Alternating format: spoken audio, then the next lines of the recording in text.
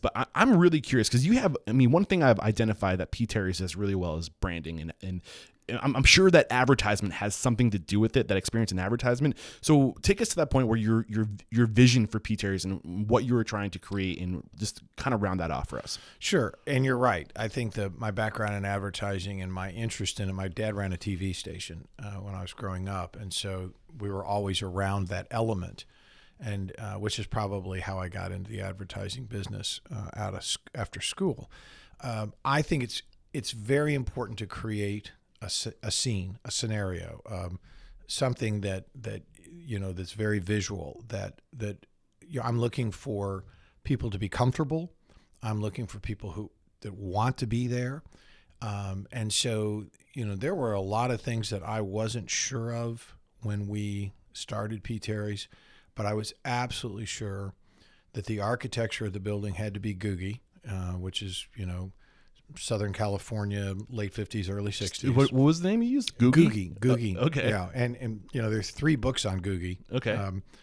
And what it is it's straight lines, it's stone, a lot of natural light, so a lot of windows.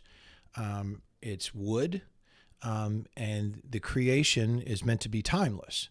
And so, there's some fantastic car washes in LA, because it's Googie. It's just the design of it, and coffee shops and diners. I have to admit, when I first came to Austin, until recently, until I really started pulling back to layers to get the story and prepare for this interview, I thought P. Terry's has been around for since the 70s or 80s. And I thought it was a staple in the. Right. I mean, it is a staple, but I thought it had been for 30 years. Absolutely, and that's all intentional. And my hope is 30 years from now, people walk up and have no idea when that thing was built. Yeah. And so that, and what I think that does is it creates a comfort level.